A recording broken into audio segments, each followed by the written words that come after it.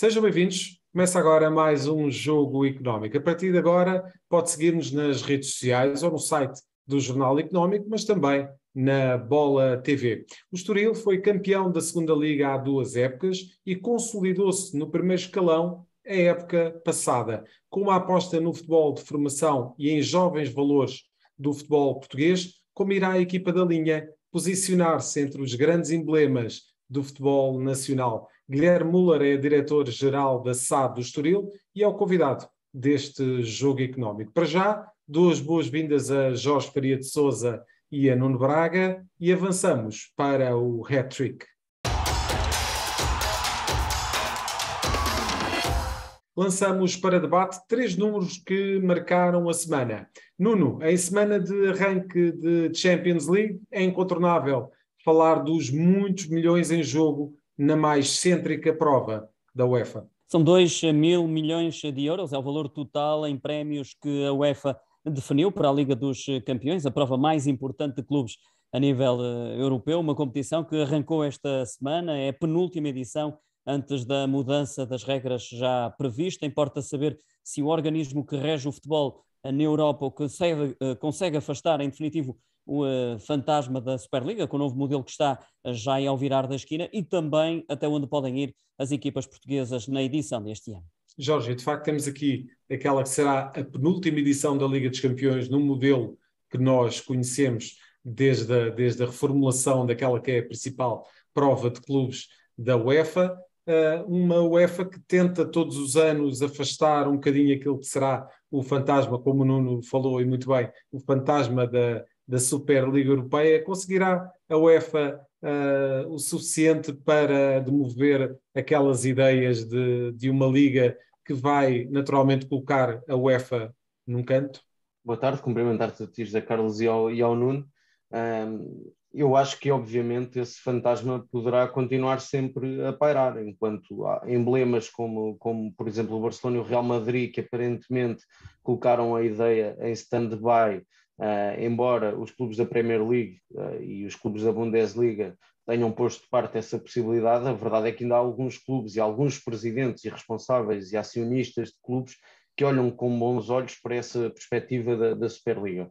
Agora, na realidade, estes 2.000 milhões de euros são fundamentais para a sobrevivência de muitos clubes, e nomeadamente o que nos diz respeito e para a realidade do futebol português com os 3 grandes, obviamente que serão, embora com valores diferentes, fruto do ranking, como sabemos, e sobre isso posso dizer que acho que acaba por ser injusto até para que outros clubes de outras geografias que não do top 5, ou mesmo que não, se quisermos incluir aqui o top 10 das principais ligas europeias, aqueles clubes que são campeões de outros países, e recordo-me, por exemplo, o Maccabi Haifa, que faz parte do grupo do Benfica, o próprio Clube Rouge, que está no grupo do Futebol Clube do Porto, obviamente receberão prémios muito inferiores àquilo que é a realidade até de Sporting, Benfica e Porto, quanto comparados com outros, com os Big Five das principais ligas europeias. E isso parece-me que, eu entendo obviamente que o ranking da UEFA para os clubes é importante, mas daí a que os prémios dependam em grande parte do ranking parece-me algo injusto, porque obviamente depois continua a deixar um fosso, e nesse aspecto acaba por ir ao encontro daquilo que defendem alguns dos responsáveis de clubes ou dos clubes que são defensores da Superliga Europeia. Agora, é inegável, primeiro, e estamos na semana de arranque da Liga dos Campeões, em primeiro, desejar que os 3 clubes portugueses consigam seguir em frente, porque obviamente é muito importante, até porque Portugal, infelizmente, as 2 equipas que tinha para a Conference League acabaram por não seguir em frente. O Vitória Sport Clube acabou por decepcionar e ser eliminado pelo Hajduk Split frente à equipa croata. O Gil Vicente foi eliminado por um país que combate com Portugal pelo ranking da UEFA, pelo AZ Alkmaar, e portanto parece-me que será evidente que os Países Baixos vão ter mais equipas nas competições europeias, nomeadamente na Conference League, onde há maior possibilidade, sendo realistas, há maior possibilidade de amealhar pontos. Não é? Portanto, Portugal corre sérios riscos na próxima temporada ter só 2 equipas na Liga dos Campeões, uma direta e uma via eliminatórias e play-off, e portanto, obviamente que é importante que o Braga chegue o mais longe possível na Europa League e também na Liga dos Campeões os 3 grandes consigam a qualificação para os oitavos e o sorteio ditou sortes muito diferentes. Diria que o grupo de Sporting é extremamente equilibrado, o próprio grupo do Porto, com Bayer Leverkusen e Atlético Madrid claramente a lutar por 2 lugares, com o Futebol Clube do Porto, ou seja, 3 equipas para 2 lugares, e atenção ao Clube Rouge, que é uma equipa que está a crescer bastante, não é? tem crescido e tem sempre jogadores de grande qualidade e talento, e que depois, e é um clube interessante porque até tem feito depois transferências de valores significativos para outros países e para outros clubes. E por outro lado, o Benfica, que me parece claramente que irá aí. Acho que o Paris Saint-Germain é ultra favorito, o Maccabi Haifa provavelmente pode até fazer muito poucos pontos, e depois a luta pelo segundo lugar será claramente entre Juventus e Benfica, na minha opinião, sendo que o jogo na Luz frente às Juventus poderá ser decisivo, é a última jornada do Benfica em casa, e portanto parece-me que aí poderá ser um jogo que se trate quase de uma final.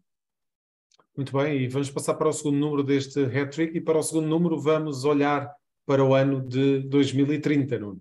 Será esse o ano de um Mundial realizado em conjunto por Portugal e Espanha, isto fazendo fé nas declarações mais recentes de Alexander Ceferin, presidente da UEFA, no congresso da FPF Football Talks em Lisboa, assegurou que tudo fará para que tal aconteça. O Mundial Ibérico tem assim pernas para andar, uma ideia que sai reforçada com os elogios também de Ceferin quanto às condições que os 2 países oferecem, sobretudo ao nível das infraestruturas, mais concretamente dos estádios para acolher os jogos da competição. E de facto, Jorge, temos aqui todas as condições para uma espécie não, aquilo que é mesmo um Mundial será o Mundial Ibérico, se assim se concretizar. Sim, o último Mundial acabou por ser em 82, disputado em Espanha, no nosso país vizinho. Entretanto, Portugal, como sabemos, recebeu o Euro 2004 e claramente, neste momento, a Península Ibérica tem todas as condições, na minha opinião, para receber um campeonato do mundo. Seria uma festa extraordinária para os espanhóis e para os portugueses, poder acompanhar um campeonato do mundo aqui na Península Ibérica, sendo certo que, e deixava esta última nota, terá sempre muito melhores condições, até no que diz respeito a direitos humanos, do que o Mundial do Qatar 2022. E temos aqui também a possibilidade, na tua opinião, Jorge, Portugal se calhar tentar aqui reivindicar mais jogos para os seus estádios, por exemplo? Esse será depois um desafio da Federação Portuguesa de Futebol. É uma luta grande. Junto da Real Federação de Futebol Espanhola, porque obviamente diria que, em teoria, a cidade favorita, por exemplo, para receber a final num Santiago Bernabéu, eventualmente já estando inaugurado novo, com a remodelação que teve, provavelmente será o estádio favorito a receber, por exemplo, a final. Eventualmente pode o jogo de abertura ser em Portugal, mas claramente depois isso envolve uma negociação entre as 2 federações, a FIFA e obviamente a calendarização que é necessária para este tipo de competições, sendo que eu acho que a final seria sempre, em teoria será com quase toda a certeza disputada em Madrid.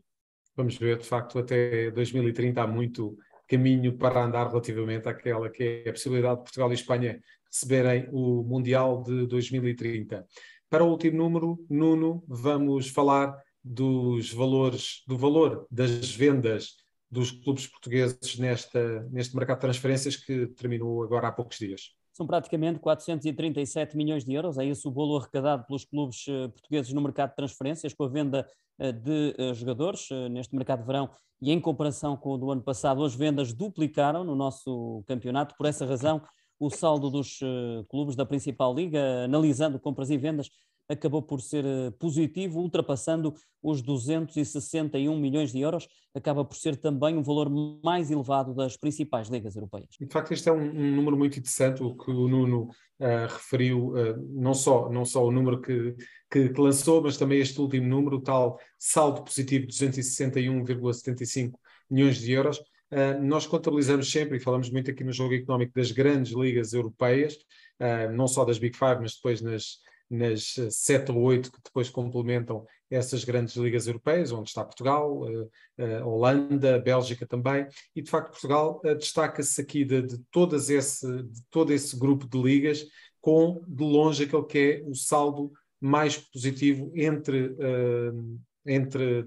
compras e vendas. Esse é de facto um sinal muito importante, e já vamos falar do Estoril Praia na segunda parte, e na forma como tem procurado de facto um grande equilíbrio financeiro. Nota-se de facto aqui uma preocupação da parte dos clubes portugueses em garantirem em primeiro lugar o equilíbrio financeiro para depois então poderem arriscar um pouco mais ao nível das contratações.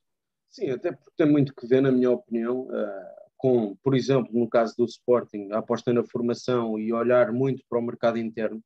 O Futebol Clube do Porto também o tem feito. Aliás, é curioso que as principais transferências que o Futebol Clube do Porto tenha feito nos últimos tempos, com exceção de Luís Dias, mas olhamos para Fábio Vieira e Vitinha, que foram neste último mercado de transferências, são jogadores da sua formação. E, portanto, a aposta na formação tem que ser uma realidade. Olhando até ao talento do futebol português, acho que tem que ser quase uma premissa obrigatória. Por outro lado, o Benfica recentemente, e olhamos para o trabalho que tem vindo a fazer Roger Schmidt, a apostar em jovens como Florentino, António Silva, que tem feito boas exibições ao serviço do Clube Encarnado, também Gonçalo Ramos. Parece-me claramente que há aqui uma alteração um bocadinho no projeto do Benfica. É certo que o Benfica também continua a gastar muito no mercado de transferências, e olhamos para transferências como David Neres, que houve aqui um encontro de contas entre o Benfica e o Shakhtar, mas ainda assim uma transferência avaliada a rodar qualquer coisa como 15 milhões de euros. Enzo Fernandes, 18 milhões, e portanto, obviamente o Benfica continua ainda a gastar muito e a ser o clube em Portugal a gastar a mais do que Sporting e Futebol Clube do Porto, mas por outro lado, a verdade é que me parece que houve aqui essa alteração. Está a apostar mais em jovens da sua formação, e adquirir passos de jogadores para lacunas que o plantel tem, e eu acho que essa tem que ser a realidade do futebol português. O próprio Braga também tem vindo a apostar muito na sua formação, e olha muito para o mercado interno, e olha-se para o negócio, por exemplo, de Simone Banza, que é neste momento um dos melhores marcadores da Liga Portuguesa, e custou qualquer coisa como 3 milhões de euros depois de ter feito uma época muito positiva no Famalicão. E eu acho que será uma das grandes revelações ao serviço do Braga, mas ao mesmo tempo o Braga continua a ter jovens como Vitinha, e portanto essa tem que ser a realidade do futebol português.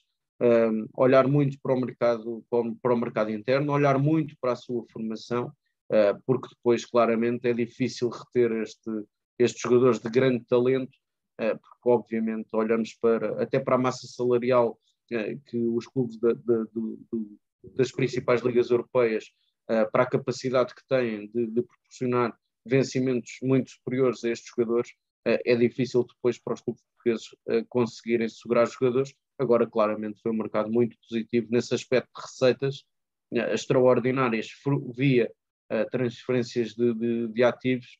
Foi um mercado extremamente interessante para a Liga Portuguesa.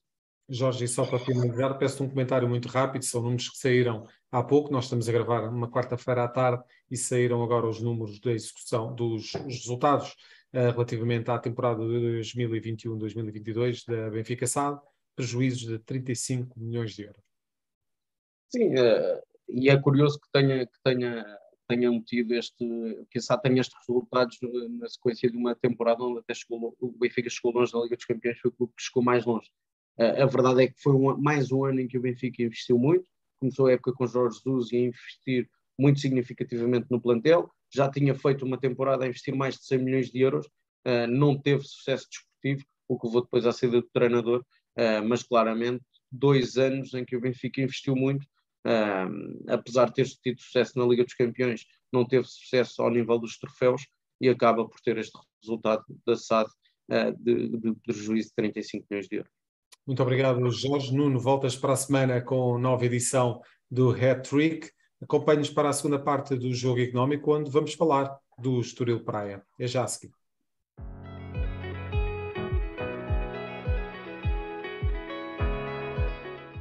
Estamos de volta para a segunda parte deste Jogo Económico. Moderação no investimento, vendas avultadas e um futuro que se quer estável. Estas são algumas das premissas desta nova vida do Estoril Praia, entre os maiores emblemas do futebol nacional, num percurso marcado ainda pela sustentabilidade. Damos as boas-vindas a Guilherme Müller, é diretor-geral da SAD do Estoril Praia. Muito obrigado, Guilherme. O Guilherme é advogado e pós-graduado em Direito do Desporto, assumiu o cargo em julho de 2020, depois de coordenar a área jurídica da SAD desde 2017. Guilherme, mais uma vez, as boas-vindas a este Jogo Económico, este espaço que pretende olhar para o outro lado daquilo que é o panorama desportivo das equipas nacionais. Muito bem-vindo para esta nova temporada também do Jogo Económico. O Estoril foi campeão da segunda Liga há 2 anos. A época passada conseguiu uma prestação bastante consistente na Primeira Liga Portuguesa. O que é que se pretende agora para esta nova temporada, Guilherme? José, em primeiro lugar, agradecer o convite e a oportunidade. Para nós é sempre muito importante de poder falar um bocadinho sobre o Estoril e sobre o nosso modelo e sobre o que tentamos fazer aqui. E, portanto, agradeço o convite e esta oportunidade. Enfim, acho que a apresentação foi muito boa do José, acho que definiu exatamente aquilo que nós procuramos. O Estoril procura ser um clube sustentável. O que é muito difícil no panorama atual do futebol em Portugal. Tipicamente, talvez sem contar com 1 ou 2 casos que possivelmente não são comparáveis com o nosso modelo, dificilmente as receitas ordinárias conseguem ser compatíveis com as despesas ordinárias. E, portanto, é complexo, é difícil de conseguirmos encontrar a estabilidade de que o José falava na apresentação, mas é isso que temos tentado fazer nos últimos tempos, justamente como disse bem também, com bastante cautela nas despesas que vamos tendo e procurando com receitas extraordinárias, como são as vendas de jogadores de futebol, equilibrar aqui um bocadinho o orçamento e procurar essa estabilidade. Acho que, felizmente, tem sido um caminho que com muito trabalho e com muita dedicação, tem sido, eu sei que sou parcial, mas acho que tem sido bem sucedido nos últimos 2 anos. Relativamente àquilo que nós vemos, e esse é um tema que é muito debatido neste espaço do Jogo Económico, que é precisamente aquela tendência, muitas vezes, dos clubes gastarem mais do que aquilo que têm, darem um passo, muitas vezes, muito maior do que a perna. O Estoril claramente percebeu que é pela via da sustentabilidade, da aposta em jogadores formados no clube, mas também estando atentos a boas oportunidades de negócio, nomeadamente empréstimos, que foi muito a política desportiva seguida pelo Estoril esta temporada, conseguir empréstimos de jogadores muito promissores para poder então potenciar o Estoril e consolidá-lo na Primeira Liga. É isso, Guilherme? Vamos ver, o Estoril teve um percurso difícil no seu passado recente quando chegou à segunda Liga. A realidade da segunda Liga é muito, muito, muito diferente da primeira.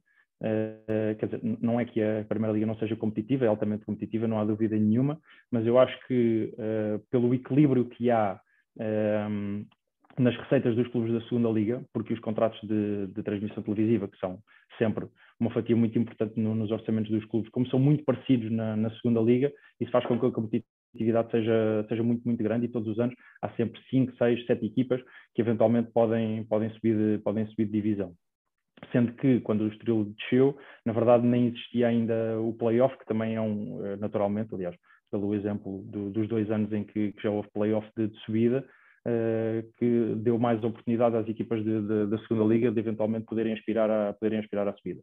E, portanto, a altura da segunda liga foi extremamente complexa para nós, mas que implicou, e como o José dizia, um bocadinho um risco, ou seja, no ano da subida, o Estoril teve que fazer uma aposta para ver se conseguia essa promoção, e felizmente acabou por ser bem sucedida, mas sabíamos que era uma aposta de risco, na medida em que dificilmente conseguiríamos com as nossas receitas ordinárias encontrar aquilo que planeávamos gastar nesse ano para tentar subir, porque sabíamos também, tínhamos visto pelo exemplo, teve 3 anos, há 2 anos e meio na segunda liga, porque um dos anos depois entretanto acabou prematuramente por causa da pandemia, mas aquilo que víamos era que havia equipas com orçamentos superiores ao nosso, e a verdade é que o dinheiro não é tudo, mas ajuda, e portanto foi uma aposta que foi feita e que felizmente acabou por correr bem. Mas a descrição está correta, vamos ver.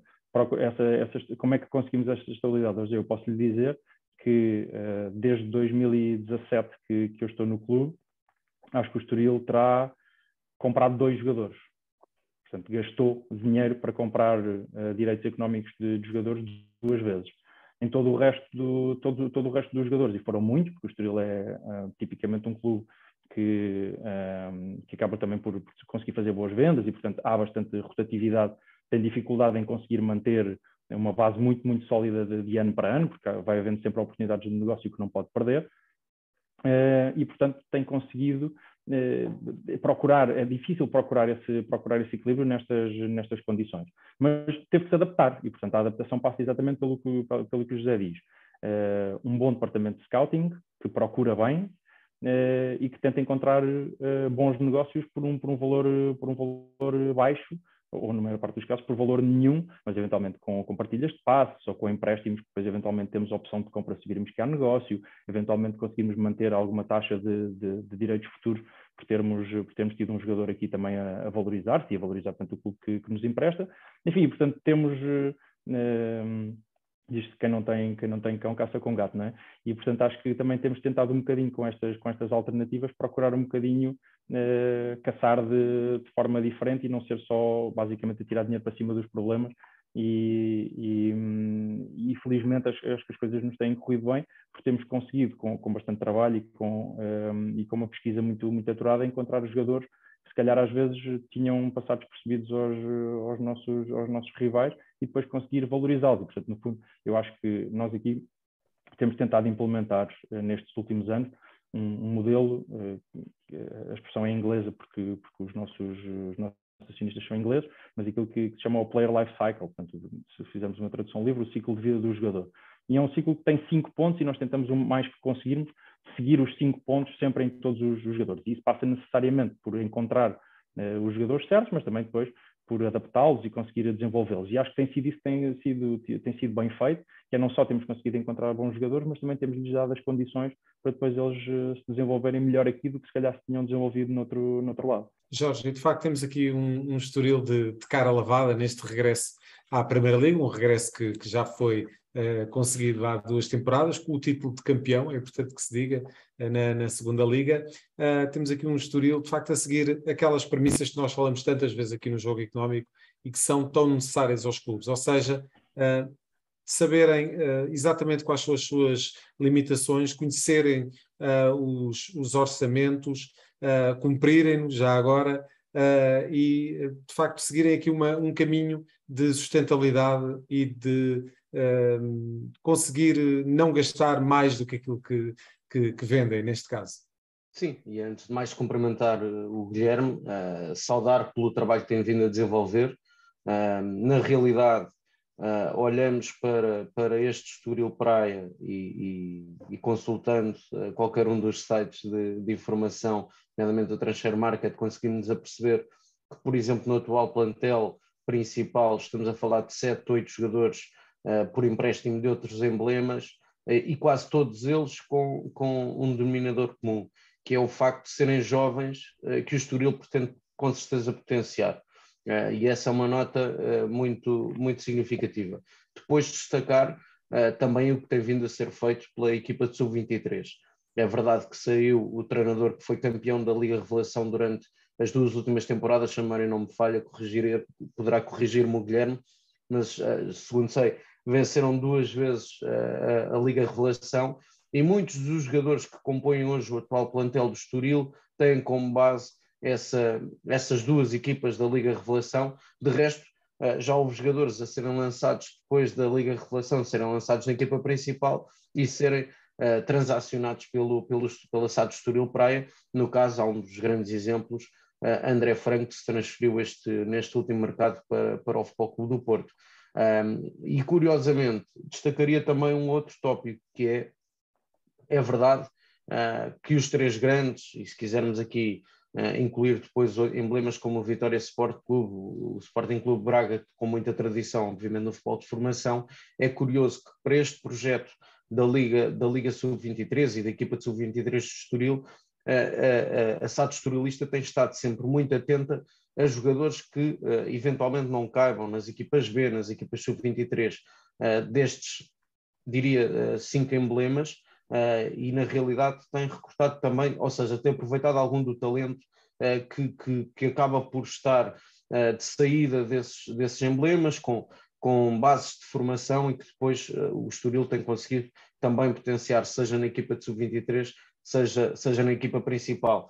Mas eu aproveitava para deixar aqui também uma questão ao Guilherme, porque, e recordo, o Estoril tem de facto jogadores de grande qualidade, como sabemos, mas eu destacaria 2 grandes talentos, ou 2 jogadores que fizeram parte da formação, um no Sporting, outro no Benfica, jogadores até de posições idênticas, aos quais se perspectivava um futuro e uma carreira se calhar acima daquilo que têm vindo a fazer, e estou a falar do Francisco Geraldes, formado no Sporting Clube Portugal, e do João Carvalho, que até saiu muito cedo do Benfica, acabou por ir, se a memória não me falha, para o Nottingham Forest, chega agora por empréstimo para o Estoril, proveniente do Olympiacos, e não sei se quer falar sobre essa oportunidade de negócio, porque de facto estamos perante um jogador, provavelmente era visto como um dos grandes talentos da sua geração no Seixal na altura.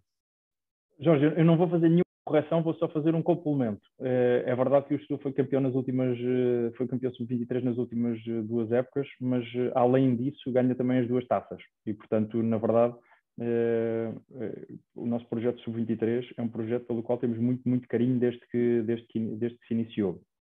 Ou seja, nas últimas 2 épocas, em 4 títulos possíveis, ganhámos os 4. Se me perguntares, é esse o principal objetivo da nossa equipa sub-23? Minha resposta tem que ser não.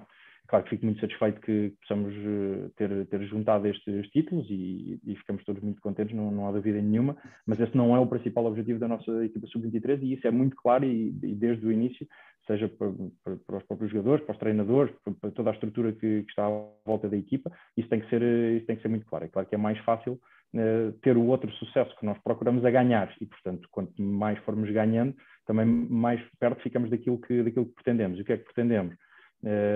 Mais jogadores de sub-23 na equipa principal e, se possível, vendas diretas de sub-23 para outros clubes. E felizmente aquilo que tem acontecido nos últimos anos também é que temos conseguido cumprir os 2 objetivos, além do desportivo, temos cumprido esses 2 objetivos. Portanto, o Jorge falou no André Franco. O André Franco é um jogador que não teria vindo para o Estoril Praia se nós não tivéssemos projeto sub-23, isso é garantido, porque era um rapaz que na altura ele tinha estado até sem jogar, se me recordo. Exatamente. Tinha saído da formação do Sporting, curiosamente, e depois o Estoril é que pega no André. Sim, ele, coitado, é daqueles... Coitado, enfim, ainda bem, porque a vida acabou por lhe correr bem, mas era daqueles casos em que podia não ter corrido, porque de facto ele faz a formação toda no clube muito bom, como é o Sporting, mas depois, entretanto, quis ir à procura de outras oportunidades, teve a possibilidade de ir jogar para os Estados Unidos, mas entretanto as coisas não correram bem, e naquele momento em que não registra, o André acabou por ficar sem clube, e depois teve que ficar um ano parado, e essas apostas de risco nós só podemos fazê-las porque temos uma equipa sub-23. Se eu só tivesse uma equipa principal, não podia fazer esse género de apostas. E quem diz o André Franco, diz o Chiquinho, que entretanto agora foi transferido para o Wolverhampton, diz o Totti, que foi transferido para o Wolverhampton também, o próprio Crespo, que nós conseguimos transferir para o Fenerbahçe, é um jogador que depois acabou por ter uma importância muito grande na equipa principal, mas que mais uma vez o projeto sub-23 acabou por ter muita influência também no seu desenvolvimento. E portanto, muito, muito satisfeitos com o projeto sub-23, não há dúvida nenhuma. Acho que tem cumprido plenamente os nossos objetivos. Mas acima de tudo, o que me dá, claro que enfim, as vendas diretas são ótimas, mas o que me dá mais satisfação é de facto a capacidade que temos tido de trazer jogadores para a equipa principal vindos do sub-23. E isso tem acontecido todos os anos. Até, na verdade, acho que se calhar com alguma surpresa para todos, acho que todos consideraríamos positivo o projeto se tivéssemos conseguido trazer 2 jogadores por ano, e nós neste momento temos 4 jogadores no plantel principal que são produto direto da nossa formação sub-23, mas eventualmente mais 2 que também se podem considerar assim. Portanto, num plantel com 25 jogadores, termos 6 jogadores que vêm dos nossos sub-23, nós consideramos isto como muito, muito positivo. Ainda por cima, com a sorte... E 2 deles que estão a fazer um arranque de temporada, na minha opinião, muito interessantes. Falamos do Bernardo Vital, do Tiago Santos, do Serginho também, para quem nos está a ouvir. De facto, é o Estoril, Guilherme, a aproveitar ao máximo estes novos modelos competitivos que foram inseridos no futebol português nos últimos anos para poder alavancar a equipa principal, não é? Sem dúvida. Eu acho que, tal como há bocadinho, também aqui somos muito parciais, no sentido em que, para nós, a competição sub-23 tem sido essencial. Acho que, enfim, quem anda nessas coisas sabe da dificuldade que há na transição dos júniores para os séniores. Portanto, é um momento complicado para a maioria dos jogadores. Muitos ainda não têm a maturidade física, tática, técnica que se calhar iriam encontrar no espaço de 2 anos. E com certeza houve muitas carreiras de futebolistas que ficaram pelo caminho porque não tiveram um espaço competitivo entre o escalão de formação e depois entre o último escalão de formação e depois os séniores. E, portanto, acho que para nós foi muito positivo, porque é uma competição que está muito bem organizada. A Federação trabalhou muito bem e criou aqui uma competição muito interessante em que participam as maiores equipas nacionais e, portanto, é muito competitiva e tem suavizado muito a transição dos juniores para os séniores e tem permitido este espaço competitivo para, no fundo, e nós tentamos sempre que as 2 equipas estejam muito próximas. Aliás, em termos de condições, os nossos jogadores sub-23 têm praticamente as mesmas condições dos atletas da equipa principal, naturalmente com algumas diferenças, mas aquilo que tentamos é que todos sintam que o projeto é o mesmo. Apesar de estarem numa equipa diferente, o projeto é exatamente o mesmo e que se identifica. As rotinas são muito parecidas, os sítios por onde andam são muito parecidos, as pessoas com quem contactam são muitas mesmas, justamente com a ideia deles começarem cedo a ir ambientando à realidade e outra vez para tentar que todas estas pequenas transições sejam muito mais suaves. Bem, portanto, sem dúvida nenhuma, para nós tem sido um projeto com muita relevância. O Jorge falava ainda do Geraldo e do João Carvalho. No seu caso, eu acho que talvez um bocadinho diferentes. Quer dizer, desde logo porque o Francisco é nosso jogador em definitivo e o João é emprestado do Olympiacos. Mas acho que em ambos os casos são o paradigma do jogador que o Estoril procura. O Estoril teve uma mudança muito, muito significativa desde 2010. Portanto, eu distinguiria duas realidades muito diferentes entre 2010 e 2019 e de 2019 para a frente.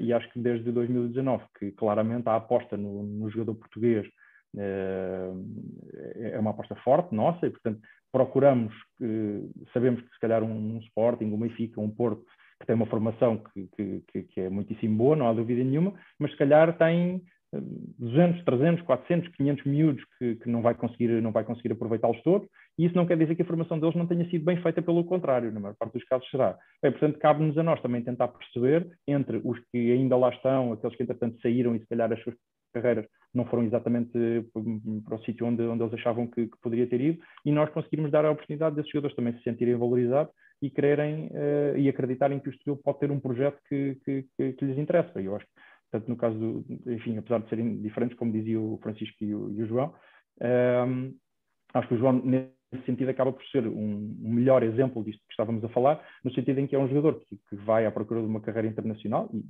eu discordo ligeiramente da afirmação do Jorge, porque eu acho que o João tem uma carreira internacional bastante bem conseguida.